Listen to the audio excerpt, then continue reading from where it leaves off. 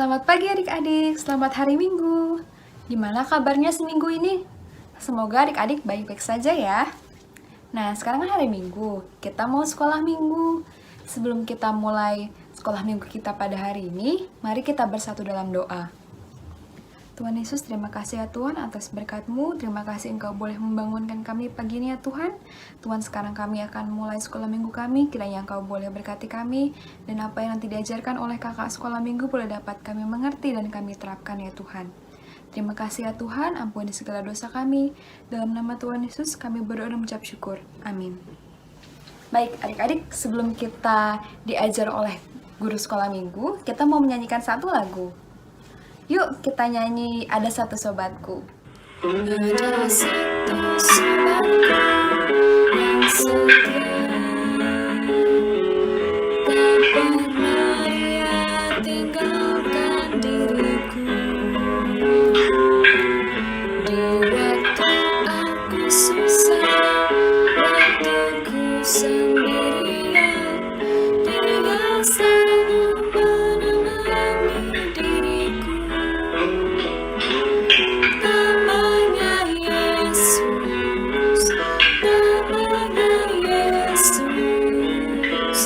nama Yesus yang menghibur hatiku. Namanya Yesus, nama Yesus yang menghibur hatiku. Nah, adik-adik, tema kita pada hari ini adalah tentang talenta. Talenta itu apa sih? Yuk, untuk lebih lanjutnya, mari kita dengarkan cerita dari kakak sekolah minggu. Halo, selamat pagi adik-adik. Puji syukur hari ini Kak Budi boleh mengajar adik-adik dan bertemu adik-adik dengan keadaan tentunya sehat dan selamat bagi adik-adik yang telah lulus dari bangku sekolah dasar dan masuk ke kelas 7. Adik-adik, Kak Budi juga mau memberikan selamat kepada adik-adik yang boleh naik kelas. Kita percaya dan kita yakin bahwa Tuhan Yesus senantiasa menolong dan menyertai adik-adik di dalam segala hal. Dan adik-adik hari ini juga bisa naik kelas, lulus, dan juga masuk ke kelas yang lebih tinggi. Itu semua karena kasih dan penyertaan Tuhan. Kita percaya mukjizat Tuhan itu selalu ada. Hari ini Kak Budi ingin mengajak adik-adik, kita mau belajar tentang perumpamaan talenta. Bacaannya dari Matius 25 ayat 14 sampai dengan 30. Sebelum kita membaca dan mendengar cerita dari Kak Budi, mari kita bersatu dalam doa.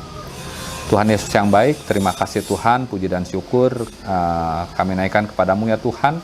Kami yakin dan percaya kasih dan penyertaan-Mu selalu ada buat kami. Pertolongan-Mu selalu ada buat kami ya Tuhan, dimanapun kami berada. Ya Bapa, kami juga boleh lulus ya Tuhan dari sekolah dasar, masuk ke kelas 7 ya Tuhan. Dengan pertolongan dan penyertaan-Mu juga bagi teman-teman kami ya Tuhan yang juga naik ke kelas yang baru ya Tuhan. Kami yakin dan percaya Tuhan, Engkau juga menyertai kami ya Tuhan dalam segala hal. Engkau juga menyertai kami dalam setiap apa yang boleh kami pelajari.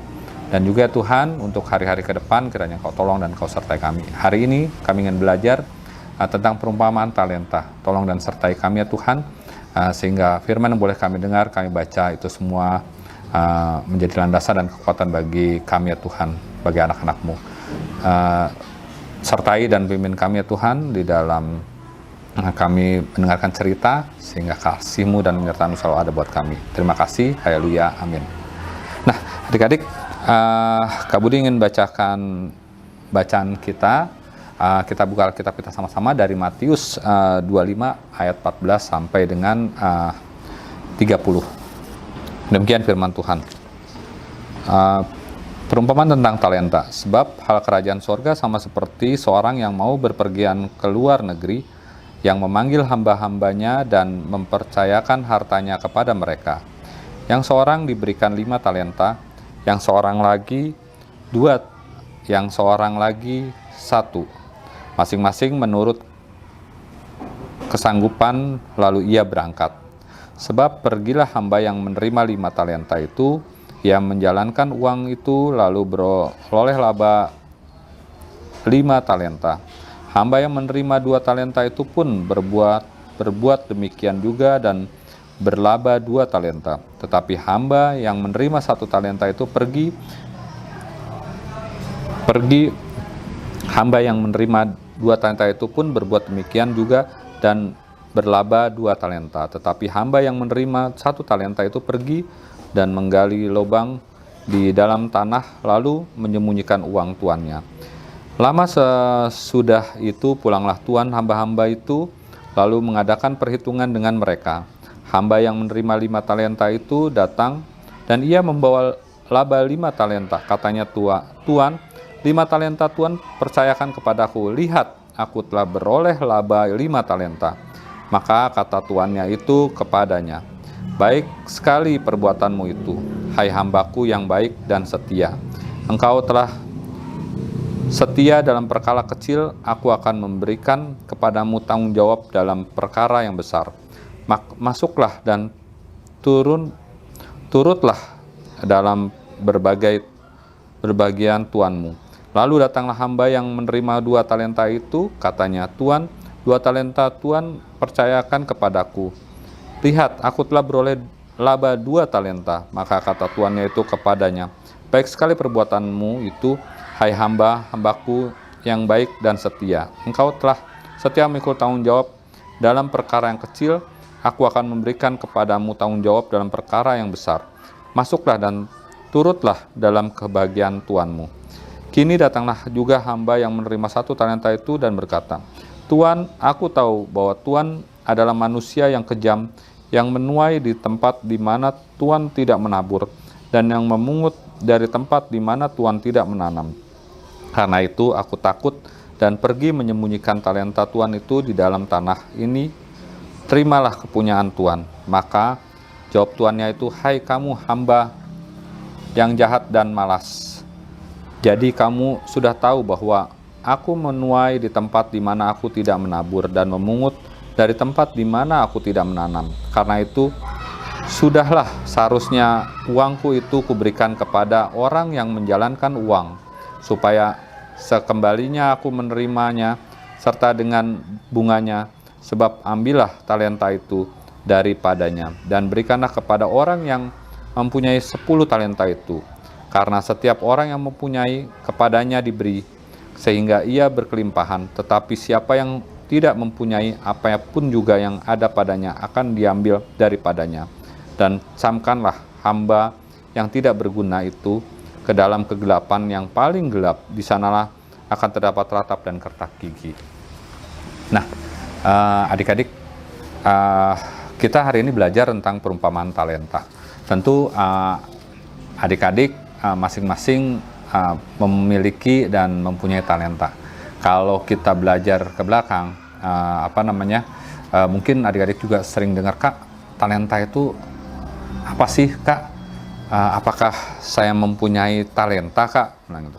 Kalau kita buka di kamus kita, di dalam Alkitab, kita akan melihat talenta itu apa sih, adik-adik? Kalau di sini di kamus Alkitab disebutkan talenta itu adalah ukuran sebesar 3.000 sikal, kurang lebih dari 34 kg. Dalam Perjanjian Baru ukuran jumlah uang yang sangat besar nilainya, yaitu 6.000 dinar. Nah, seperti itu, adik. Itu jumlah uang. Jadi saat tuannya ini, adik-adik, tuannya ini ingin pergi keluar negeri atau daerah gitu, dia memberikan sebuah talenta kepada hamba-hambanya.